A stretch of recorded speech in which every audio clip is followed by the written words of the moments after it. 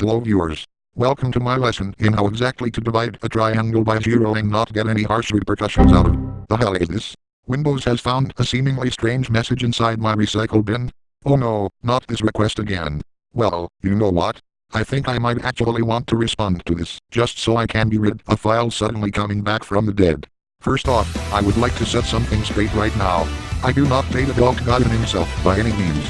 He is actually one of my favorite Z fighters, as he actually has a lot of likable traits, behaviors, and actual character development. What I really do not like is the fake Gohan community, who solely believe that Gohan should be Goku 2.0, a virgin for life, and behave exactly like future Gohan or Super Saiyan to Team Gohan. They also tend to blame Kai for everything stopping Gohan from becoming Latte, and Vegeta want him to mate. I think that's irrational logic, and it's just showing how the fake Gohan community doesn't understand the human half of him, nor what he had to go through before he became a Super Saiyan. Do I really have to explain everything you are pretty much forced into doing from the very start? Well, before all that, Gohan was just an average kid, with a super strong dad and a mother that actually loved him.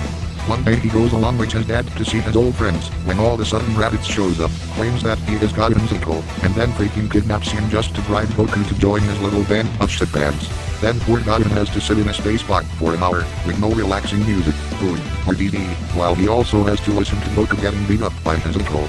That caused a stress attack inside him, leading Gohan to break apart in rage and heavily injure Raditz, while also leaving himself in a harmful situation. After getting knocked out, Gohan awoke to find he was kidnapped by some weird green thing, who are later known as Piccolo, just so the Earth has a chance to beat the MLG squad. Gohan grew to somewhat liking Piccolo, and they became friends after 6 months of training. But that's when the sweetness ended. Gohan had to watch 4 of his dad's friends die to some bald asshole in the battlefield, including Piccolo, right after seeing 6 terrifying Saibamen. Thankfully, Goku showed up and wrecked both of the MLG members, though Vegeta was a problem.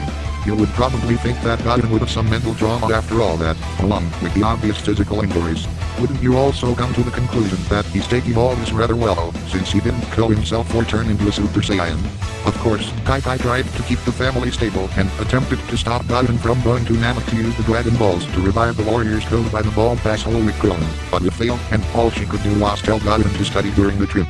Other than a few stops and training here and there, it probably should have been safe at Namek, right? No.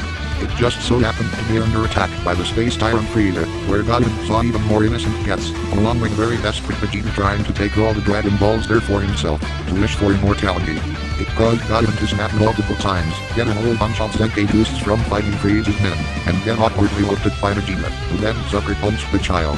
A few good things Gohan did find were all 7 Dragon Balls, a potential unlock from an elder Namekian. He revived his friend Piccolo back, and found who would later be the new Guardian of Earth, 10.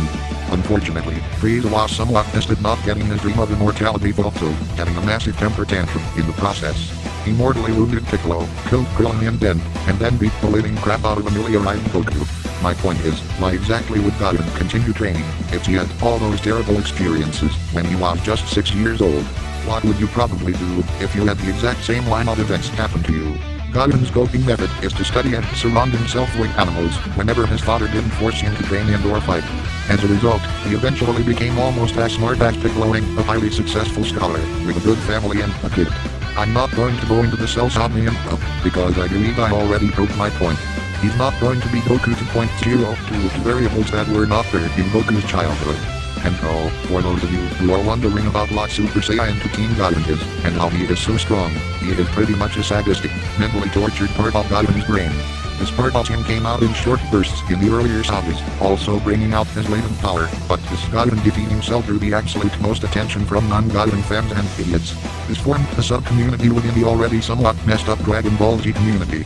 Examples of such communities are being shown on the screen now. Now don't get me wrong, I'm not a Cell-Tart, and I do appreciate how SS to Team Gohan affected the rest of the show. It's just that any last thread of Gohan wanting to train would be gone after he defeated Cell, but he'd still fight if he had to, or if Piccolo is about to die. I hope you all have a good day.